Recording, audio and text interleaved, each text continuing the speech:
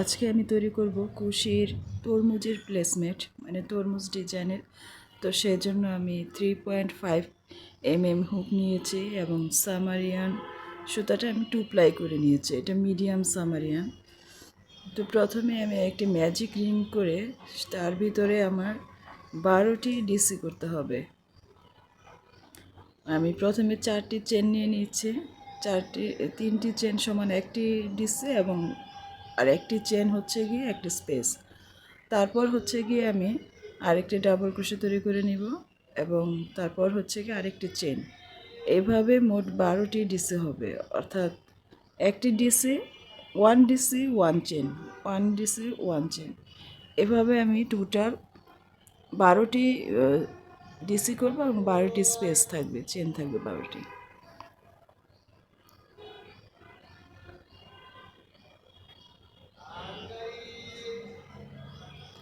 তো প্লেসমেটটাকে আমি 2 ভাগে ভাগ করে নিয়েছি ভিডিওটা, কারণ লং ভিডিও কেউ দেখতে চায় না ইউটিউবে, এত বড় ভিডিও।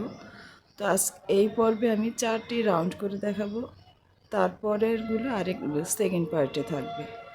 তো এখানে আমি পুরো 12টি ডিস করে তারপর আসছি। আমার হয়ে গেছে এই রাউন্ড। এখন আমি যেখানে যে 3 নাম্বার যে চেনটা আছে সেই চেনে হুক ঢুকিয়ে একটি স্লিপ নোট দিয়ে এটা শেষ করব। এখন স্পেসের যেহেতু কাজ হবে, প্রতিটা স্পেসে প্লেসমেন্টের ডিজাইনটার কাজই হবে, মানে শুরু থেকে শেষ পর্যন্ত স্পেসে কাজ হবে।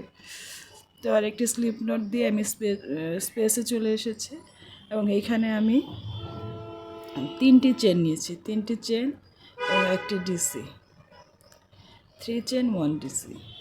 এখন আমি একটি চেন দিয়ে পরের ঘরে যাব, মানে অর্থ পরে যে ফাঁকাটা আছে সেইখানে গিয়ে আমি এবার 2 ডিসি করব এবং তারপরের স্পেসে যেতে আরেকটি চেন নিয়ে নিব, 2 ডিসি, এখন 1 চেন, তারপর আবার পরের স্পেসে গিয়ে 2 ডিসি। এভাবেই পুরো রাউন্ডের কাজটা শেষ হবে। আমি আরও কয়েকটা এভাবে দেখিয়ে দিচ্ছি, খেয়াল করলে বুঝতে পারবেন।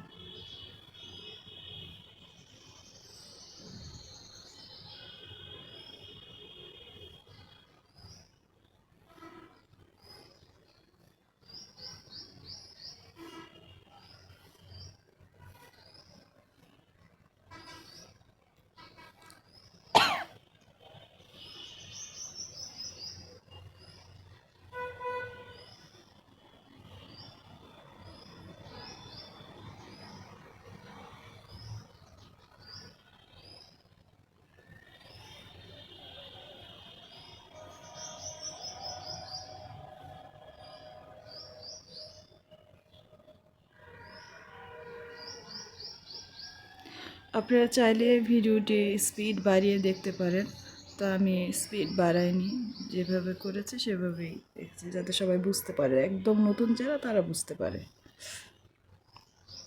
এখন আমি এখানে 3 নম্বর চেনের মাথায় হুকটি ঢুকিয়ে এটা স্লিপ নোট করে এই রাউন্ডের কাজ শেষ এবং তারপরে স্লিপ নোট দিয়ে আমি ফাঁকায় চলে যাব।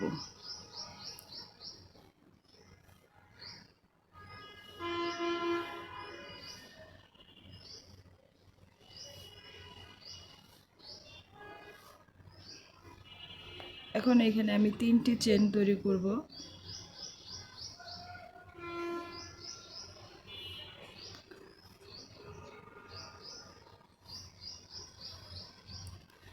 তিনটি চেন এবং 2 ডিসি হবে, 2 ডিসি, 2টি ডাবল ক্রোশে হবে, মানে একই ঘরে 3টি ডাবল ক্রোশে হবে মোট। আমরা তো জানি যে 3 চেন সমান একটি ডাবল ক্রোশে। তো এখানে আবার পরের স্পেসে যেতে একটি চেন নিয়ে যেতে হবে।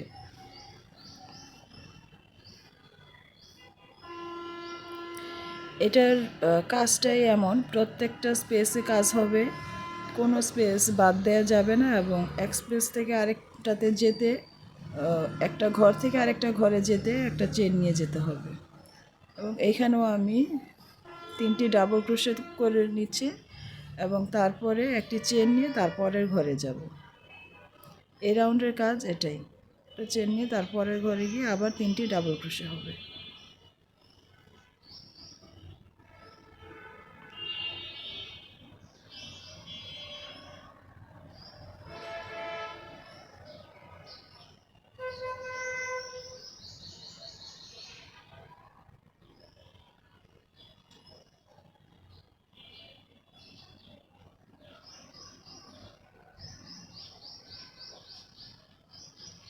তো আমি পুরো রাউন্ডের কাজ শেষ করে এসেছি।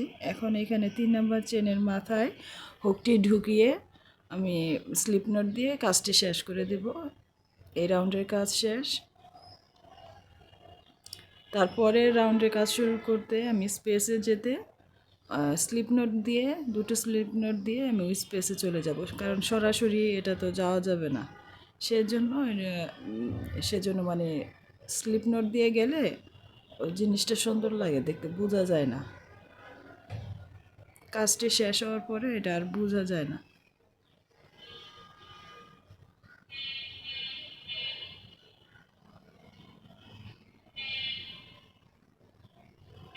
এখন এখানে আবার আমি 3টি চেন তৈরি করে নিচ্ছি।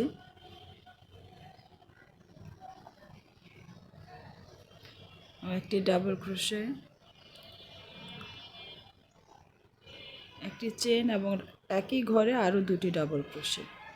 অর্থাৎ এই রাউন্ডের কাজ হচ্ছে আমার 2 ডিসি 1 চেন 2 ডিসি একই ঘরে, মানে একই স্পেসে এটা হবে। তারপরের স্পেসে যেতে একটি চেন হবে,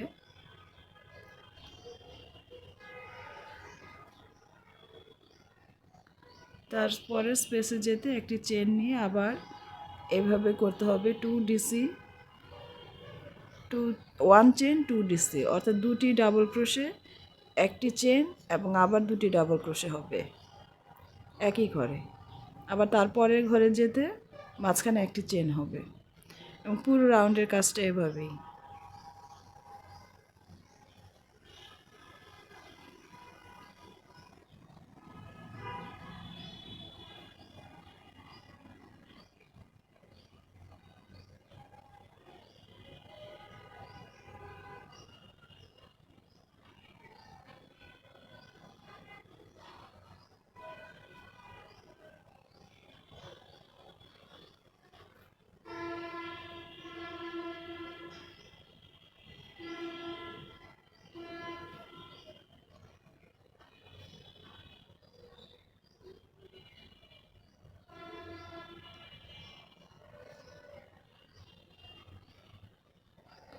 তো পরের ভিডিওতে আমি দেখাবো বাকি অংশটুকু। আজকে এতটুকুই, 4টা পার্ট পর্যন্ত আজকের পর্বে রাখলাম। ধন্যবাদ সবাইকে।